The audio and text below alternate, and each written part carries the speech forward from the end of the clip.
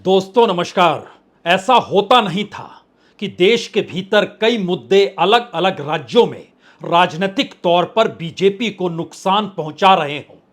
इस देश के भीतर के कई मुद्दे गवर्नेंस को लेकर सवाल उठा रहे हों।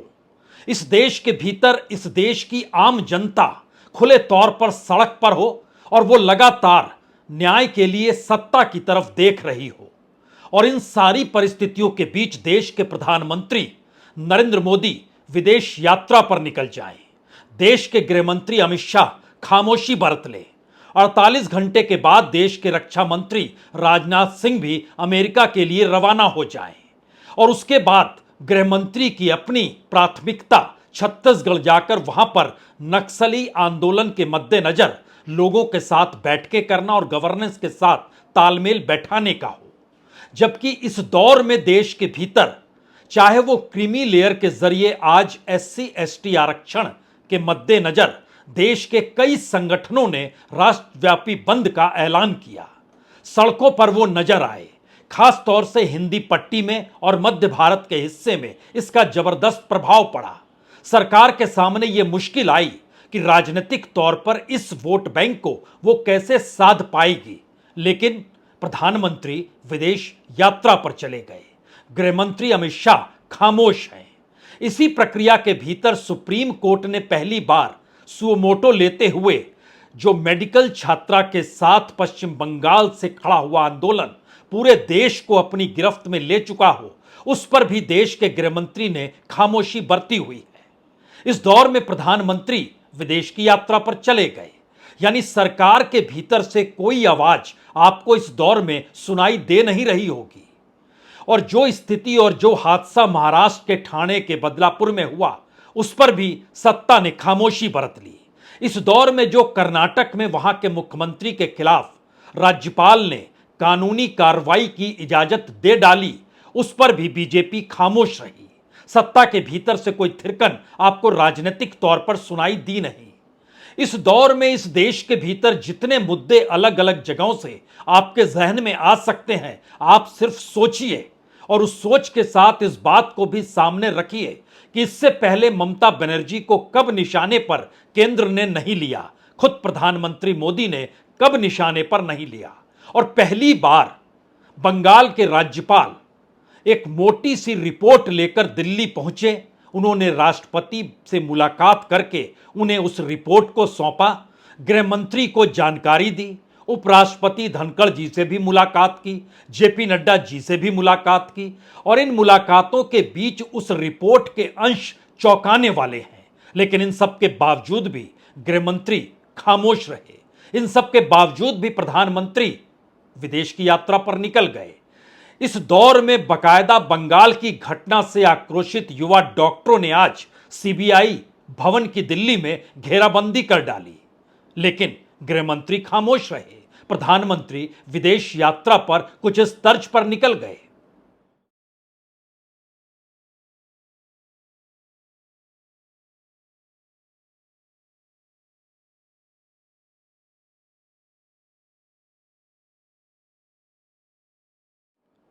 सवाल ये वाकई बहुत महत्वपूर्ण है कि प्रधानमंत्री ऐसे मौके पर विदेश यात्रा पर निकले हैं, और वह भी पोलैंड की यात्रा पर।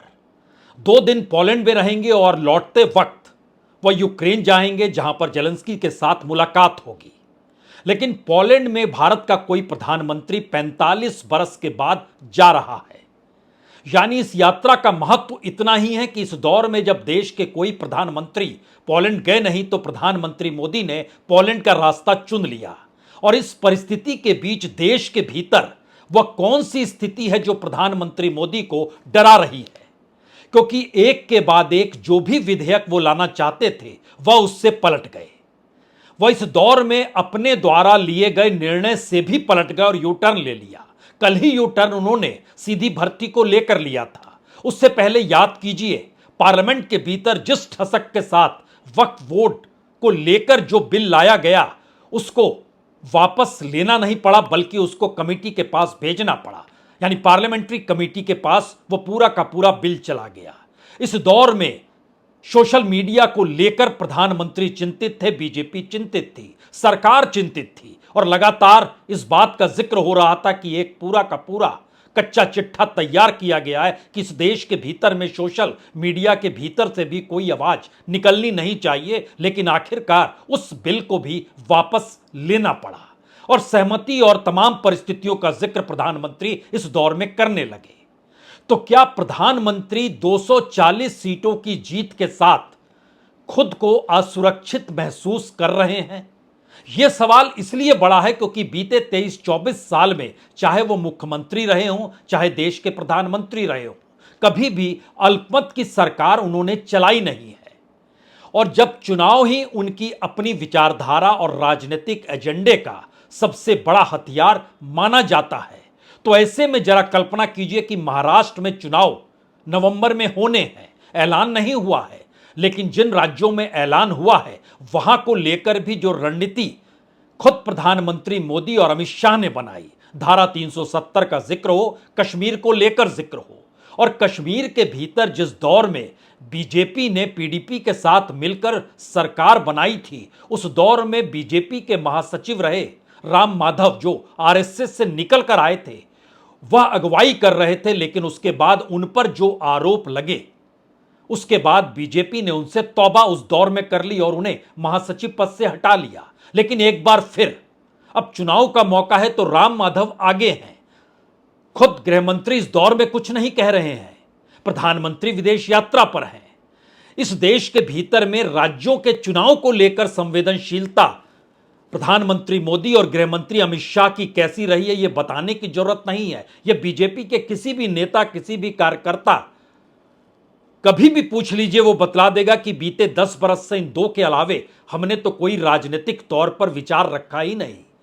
इन्हीं दो के आसरे पूरी पार्टी चल रही है, पूरा आरएसएस चल रहा है, पूरी सत्ता बरकरार है। और महाराष्ट्र के ठाणे में जो हुआ, उसके बाद वहां की राजनीति गर्म हो गई। एकनाथ शिंदे कटघरे में आकर खड़े हो गए। देवेंद्र फडणवीस गए नहीं ठाणे के बादलपुर में, जहां पर जो त्रासदी हुई, उस त्रासदी से उलट वहां पर एनसीपी खड़ी हो गई, वो आंदोलन की शक्ल में आ गई। लेकिन इस दौर में तीसरे टर्म की बीजेपी सरकार नहीं बल्कि एनडीए सरकार कमजोर क्यों है? प्रधानमंत्री यात्रा पर, अमित शाह खामोश और कोई कैबिनेट मिनिस्टर कुछ बोलने को तैयार नहीं। और इन परिस्थिति के बीच मुंबई और ठाणे की सड़कों पर एनसीपी निकलकर सामने आ गई, कांग्रेस निकलकर सामने आ गई, उद्धव ठाकरे निकलकर सामने आ गए और कहने लगे कि जो हादसा, जो त्रासदी हुई है, उसके पीछे बीजेपी का साथ और सहयोग है। लेकिन प्रधानमंत्री नहीं है, गृहमंत्री खामोश हैं। और इन परिस्थिति में आंदोलन अब शुरू हो चला है महाराष्ट्र के भीतर भी।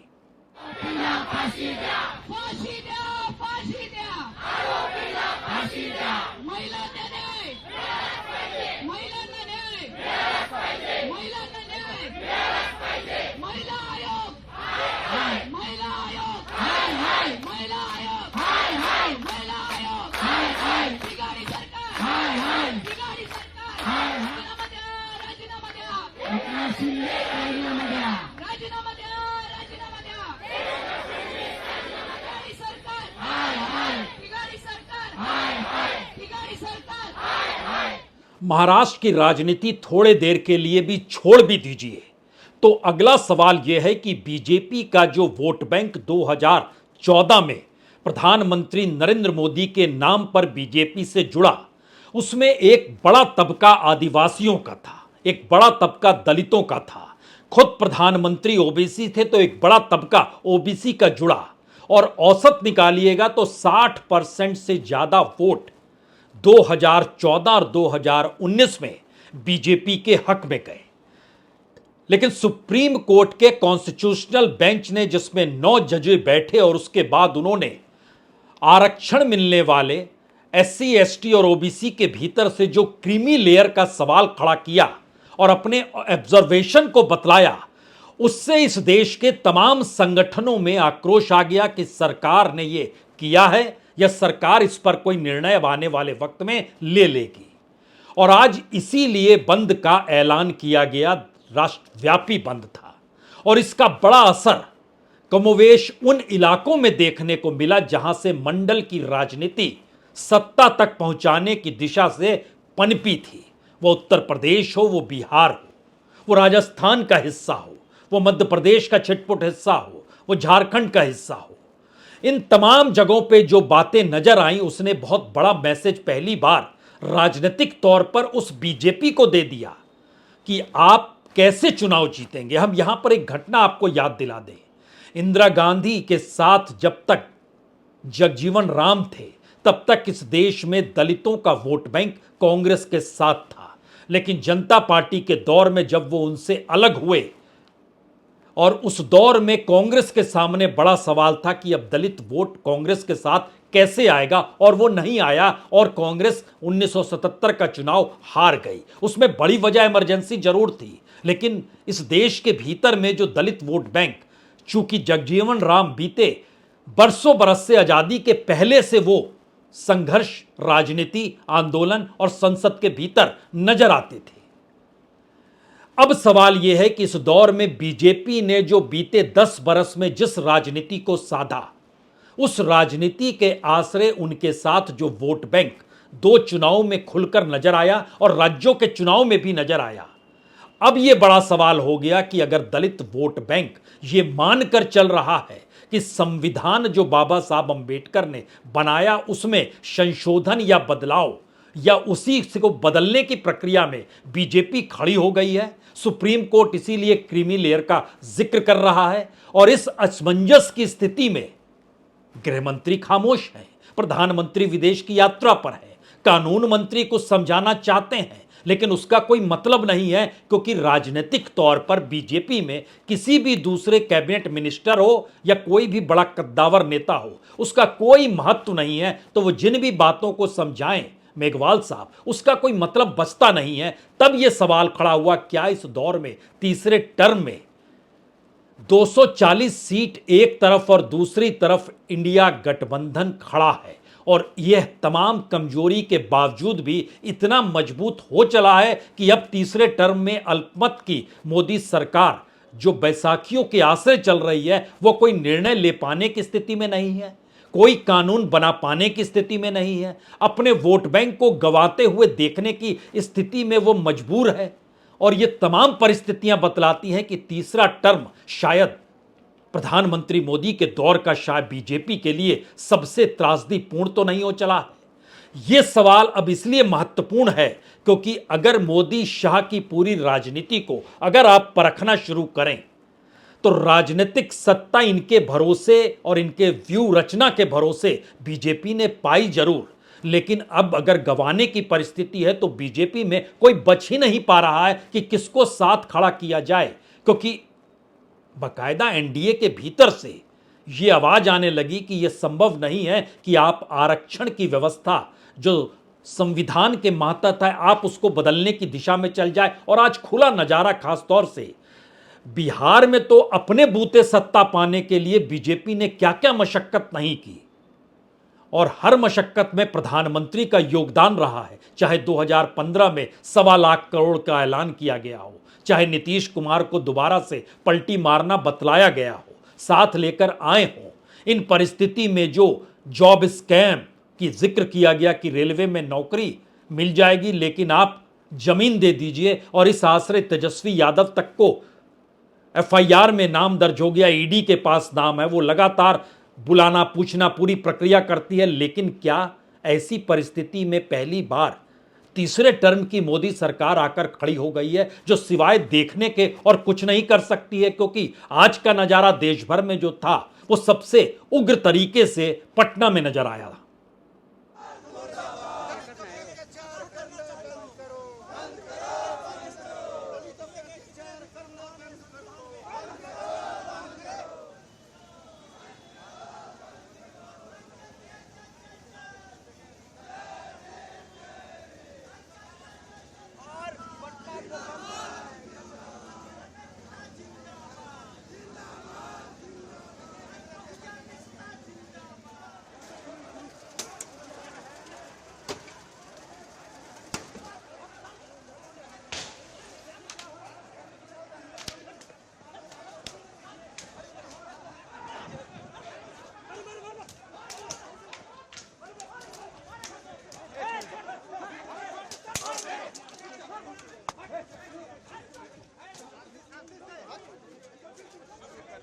बिहार में बीजेपी अपने बूते घुस नहीं पाई, उसे जरूरत थी नीतीश कुमार की, वो अपने साथ ले आई। लेकिन यही प्रयास पश्चिम बंगाल को लेकर भी तो रहा है, और बार बार पश्चिम बंगाल के गवर्नर को लेकर खुले तौर पर वहां पर ममता बनर्जी ये आरोप लगाती रही हैं कि उनकी सरकार को गिराने के लिए राज्यपाल की भूमिका बड़ी है, और वो लगातार प्रयास करते हैं। और याद कीजिए, जब जगदीप धनखड़ भी वहां पर थे, उस वक्त भी आपस में टसल जबरदस्त चलती थी। लेकिन इस वक्त बोस साहब हैं, और इस दौर में कोलकाता में जो कुछ हुआ है वह एक ट्रिगर की तरह समूचे देश में आंदोलन खड़ा कर चुका है, और ममता बनर्जी हर किसी की निशाने पर है। और इस दौर में वहां के राज्यपाल रिपोर्ट लेकर दिल्ली पहुंचे, उन्होंने गृह मंत्री से मुलाकात की, उन्होंने राष्ट्रपति को रिपोर्ट सौंपी। सवाल यह है कि उस रिपोर्ट में जो दर्ज है, उस रिपोर्ट के कुछ अंश की जानकारी हम आपको देते हैं, और उसके बाद यह सवाल आपसे किया जाएगा, क्या इसके बावजूद भी प्रधानमंत्री विदेश यात्रा पर, इसके बावजूद भी गृह मंत्री खामोश रहेंगे? ऐसी परिस्थितियां आ चुकी है, सीआईएसएफ को कह दिया गया अब आप तैनात हो जाइए आरजी कार अस्पताल में, क्योंकि सुप्रीम कोर्ट अब सुरक्षा चाहता है। सुप्रीम कोर्ट ने भी सुओ मोटो अपने तौर पर लिया, लेकिन सुप्रीम कोर्ट ने भी जो संकेत दिए, उस संकेत के निशाने पर कहीं ना कहीं केंद्र सरकार को राहत और रियायत थी।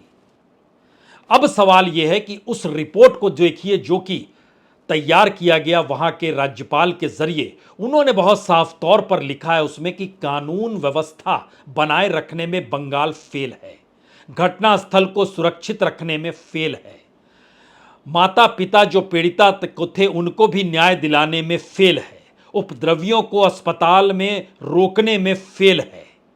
बंगाल सरकार अपनी ताकत का प्रयोग जिस रूप में प्रदर्शनकारी जो विरोध कर रहे हैं सरकार की सुरक्षा और न्याय ना दे पाने को लेकर, उनके खिलाफ है बनिस्बत हुड़दंगियों के। इस दौर में वहां के प्रिंसिपल तक को हटाने को लेकर जो पूरा सिस्टम काम कर रहा है, वो ममता बनर्जी को सही बिल्कुल नहीं ठहरा सकता है। और ये बात कहते कहते वो कहते हैं कि वहां की पुलिस 3 स्टाइल में काम करती है। एक पुलिस का हिस्सा पॉलिटिकलाइज है, एक हिस्सा क्रिमिनल हो चला है, तीसरा हिस्सा करप्ट हो चला है। और इस परिस्थिति के बाद राज्यपाल बहुत साफ तौर पर कहते हैं कि हमने खुद वहां कर जिन परिस्थितियों को देखा समझा, उसमें हम कह सकते हैं कि कानून व्यवस्था अपने हाथ में अब केंद्र सरकार ले ले, क्योंकि जो संवैधानिक परिस्थितियां पश्चिम बंगाल के भीतर की है उसको वहां की सत्ता नहीं संभाल पाएंगी, और कॉन्स्टिट्यूशनली जो राइट्स जनता को मिले हुए हैं उन राइट्स की भी संरक्षण दे पाने की स्थिति में वहां की सरकार नहीं है। यानी ध्यान दीजिए, तो राज्यपाल की पूरी रिपोर्ट उस संविधान की व्याख्या करती है जिसके मातहत राष्ट्रपति को यह अधिकार है कि अगर किसी राज्य के भीतर संविधान धराशायी हो गया या संवैधानिक परिस्थितियों में जनता को उसके हक नहीं मिल पा रहे हैं, तो ऐसे में वहां की सरकार को लेकर कोई बड़ा फैसला राष्ट्रपति कर सकता है, और उसी आधार पे मंत्रिमंडल निर्णय लेता है और मंत्रिमंडल के निर्णय पर राष्ट्रपति फैसला लेता है। लेकिन फिर देखिए, रिपोर्ट आ गई दिल्ली तक, लेकिन गृह मंत्री खामोश हैं।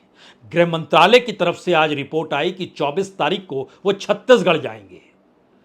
ऐसी कौन सी परिस्थिति इस देश के भीतर में आकर खड़ी हो गई है कि जो बीते 10 बरस में बीजेपी का अपना पॉलिटिकल एजेंडा था, या राजनीतिक तौर पर वह बीजेपी की जीत के लिए जिस जद्दोजहद के साथ लड़ाई लड़ती थी, वो सब कुछ एक क्षण में गायब कैसे हो गया।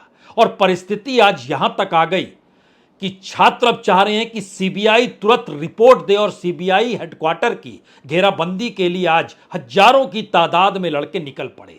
जंतर मंतर पर बैठे, वहां से निकलकर वह सीजीओ कॉम्प्लेक्स की तरफ बढ़े। चाहे पश्चिम बंगाल हो, चाहे कोलकाता शहर हो, चाहे दिल्ली हो, चाहे देश का कोई भी हिस्सा हो, वहां पर यह सवाल बड़ा होने लगा है। और चूंकि अब सेंट्रल एजेंसी पर भरोसा किया जाए या ना किया जाए, यह भी एक सवाल इसलिए महत्वपूर्ण है क्योंकि गृहमंत्री खामोश है, और खामोशी के बीच लोगों का गुस्सा, युवाओं का गुस्सा, डॉक्टरों का गुस्सा पूरे उफान पर है।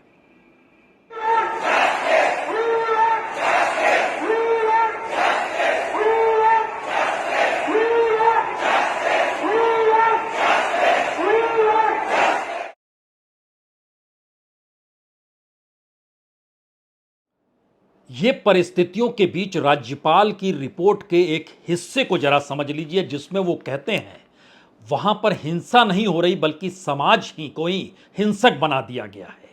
पूरा सिस्टम करप्ट हो गया है, फाइनेंशियल मिसमैनेजमेंट है, संवैधानिक पारदर्शिता खत्म हो गई है, संवैधानिक व्यवस्था चरमराई हुई है। और इन परिस्थितियों के बीच केंद्र की तरफ से जो भी निर्देश दिए जा रहे हैं, जो कहा गया था कि हर 2 घंटे में रिपोर्ट आनी चाहिए, उसका पालन नहीं हो रहा है। लागू कराने में राज्य सरकार पूरे तरीके से फेल है। लेकिन गृह मंत्रालय खामोश है। प्रधानमंत्री यात्रा पर निकल चुके हैं, वह 2 दिन पोलैंड में रहेंगे। सवाल 3-4 शायद इस दौर के सबसे बड़े हैं। क्या तीसरे टर्म को लेकर प्रधानमंत्री खुद जब चुनाव प्रचार के वक्त 400 पार का नारा लगा रहे थे, उस वक्त अक्सर वो जिक्र करते थे कि तीसरे टर्म में पहले 100 दिन जिस रफ्तार के साथ काम होगा वह हर कोई देखता रह जाएगा। और यकीन जानिए, दिल्ली के भीतर नौकरशाही या कहीं लाल दीवारों के भीतर जो रायसीना हिल्स में साउथ ब्लॉक और नॉर्थ ब्लॉक है, वहां पर नौकरशाही और हर मंत्रालय के नौकरशाह को यह कहा गया था 100 दिनों का एजेंडा आप क्लियर रखिए, तीसरा टर्म शुरू होते ही आपको उस दिशा में काम करना है। लेकिन ध्यान दीजिए, एक झटके में 100 दिन तो अभी नहीं हुए हैं, लेकिन फिर भी आप 4 जून से गिनना शुरू कीजिए। इतने दिनों के बाद ना तो कोई मंत्री बदला, ना नौकरशाही में बहुत फेरबदल किया गया। मंत्रियों को मंत्रिमंडल भी वही दिया गया, वही मंत्रालय दिया गया, जिससे एक बनी रहे परंपरा की बीते 10 बरस से ऐसी सरकार चल रहेगी, ऐसी ही चलती रहे। खुद प्रधानमंत्री पहली बार पीएमओ के जो कर्मचारी थे उनको उन्होंने संबोधित किया और कहा कि किस तरीके से काम करना है। लेकिन एक झटके में इस देश के भीतर उठने वाले तमाम मुद्दों के मद्देनजर सरकार के पास कोई जवाब देने की परिस्थिति क्यों नहीं बच पा रही है? खुद प्रधानमंत्री इतने कमजोर कैसे हो गए? गृह मंत्री के आश्रय कहा जाता था कि इस देश को गृह मंत्री इस दौर में चला रहे हैं, वही आंख कान है सब कुछ प्रधानमंत्री के। लेकिन इस पूरी प्रक्रिया के भीतर नंबर 2 की लड़ाई भी इस देश के भीतर, एक तरफ लखनऊ यानी योगी आदित्यनाथ, दूसरी तरफ दिल्ली यानी अमित शाह, यह भी शुरू होते हुए हर किसी ने देखा। इसके बीच में समाधान का रास्ता आरएसएस ने खोजना शुरू किया। प्रधानमंत्री सार्वजनिक मंचों से गायब हो गए, कमरों में बैठकर उनके तमाम भाषण होने लगे, उन सभा सम्मेलन में जाने लगे जो बंद कमरों में होते हैं। सार्वजनिक तौर पर एक ही बार वो गए महाराष्ट्र के भीतर, और वहां जाकर भी उन्होंने बलंडर कर दिया। जिस तरीके से उन्होंने आरबीआई के आंकड़ों के आश्रय बतलाया, इस देश में गरीबी रेखा से ऊपर 25 करोड़ लोगों को ले आए हैं। नीति आयोग का जिक्र भी किया, आरबीआई का जिक्र भी किया।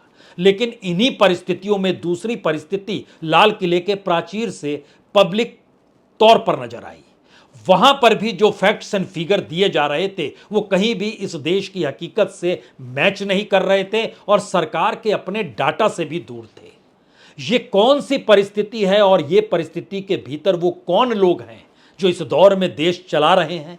ये सवाल इसलिए बड़ा है क्योंकि राजनीतिक तौर पर और गवर्नेंस के तौर पर पहली बार प्रधानमंत्री इतने कमजोर नजर आ रहे हैं। पहली बार सरकार किसी भी क्षेत्र को लेकर, वो संसद के भीतर की परिस्थिति हो या संसद के बाहर की परिस्थिति, दोनों जगहों से सरकार के तौर तरीके, कामकाज के आपको नजर आ नहीं रहे होंगे।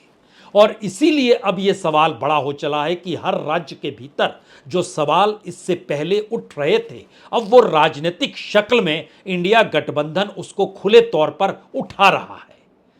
यहां तक कि राहुल गांधी रायबरेली पहुंचकर एक दलित परिवार के साथ बैठकर जब इस बात का जिक्र करते हैं कि इस परिवार में जो कुछ हुआ, हत्या तक कर दी गई, मैं न्याय दिला के रहूंगा, और राज्य सरकार और वहां की पुलिस को वो चुनौती भी देते हैं कि आपको ये न्याय दिलाना होगा। और इस पूरी प्रक्रिया के भीतर, इस देश के भीतर सीधी भर्ती में भी न्याय का सवाल है।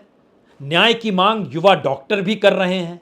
न्याय के सवाल को लेकर इस देश के तमाम मुद्दे उस तरीके से उठ चुके हैं जो राजनीतिक तौर पर बीजेपी को अगले चुनाव में साफ कर देंगे। लेकिन प्रधानमंत्री मोदी विदेश यात्रा पर हैं, गृह मंत्री अमित शाह खामोश हैं, राजनाथ सिंह यूएस जाने की तैयारी कर चुके हैं। 48 घंटे के बाद वो यूएस रवाना हो जाएंगे।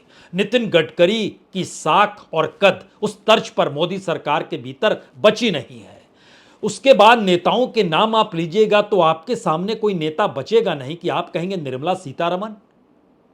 आप किसका नाम लेंगे, कैसे नाम लेंगे? और उसके जरिए इस देश के भीतर में किसी भी मंत्रालय से जुड़े किसी भी कैबिनेट मिनिस्टर का भी अगर आप नाम लेंगे तो आपके जहन में अगला नाम तुरंत निकल कर आएगा, अच्छा अश्वनी वैष्णव जो रेल मंत्री भी हैं, इंफॉर्मेशन ब्रॉडकास्टिंग मिनिस्टर भी हैं, पीयूष गोयल जो कॉमर्स मिनिस्टर हैं। लेकिन इस दौर में हमारा पूरा का पूरा एक्सपोर्ट कम हो गया, इंपोर्ट बढ़ चुका है। किसी भी क्षेत्र के किसी भी मंत्री को लेकर और उससे जुड़े हुए मंत्रालय से जुड़े हुए किसी भी कामकाज को लेकर और खास तौर से इस देश की इकोनॉमी के मद्देनजर जिन भी सवालों को उठाएंगे आपके हाथ में कुछ नहीं बचेगा। तब यह सवाल है प्रधानमंत्री की इस टाइमिंग का मतलब क्या है, जो वो विदेश यात्रा पर ऐसे मौके पर निकल गए जो सामान्य तौर पर बीते 10 बरस में कभी होता नहीं था। और यह संभव ही नहीं था कि सरकार की तरफ से कोई कुछ ना बोले। चुनावी राज्य हो तो ना बोले, पश्चिम बंगाल हो तो ना बोले, बिहार का सवाल हो तो ना बोले। इस देश के भीतर में तमाम वो मुद्दे जो बीते 10 बरस तक सरकार अपने सक्रियता के हिस्से में रखती थी, इस बार वो खामोश क्यों है?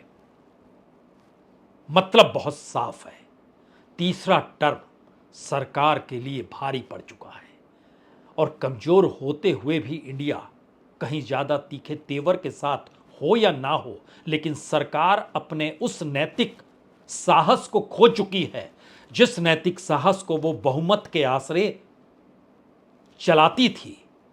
और इस चुनाव परिणामों के बाद चुनाव आयोग की भूमिका हो या मिलने वाले वोटों की तादाद हो और उस पर भी उठते हुए सवाल हो, तो नैतिक तौर पर सरकार नहीं है या है लेकिन होती नहीं।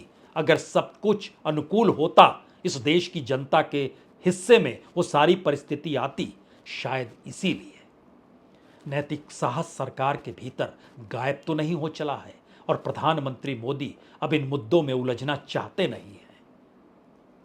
यूं भी 10 बरस तो हो गए और दूसरे नंबर की लड़ाई में बीजेपी उलझ गई, सरकार उलझ गई और सबको पता चल गया कि इसके बाद दूसरे नंबर की बारी आएगी, मुश्किल है, नहीं आएगी।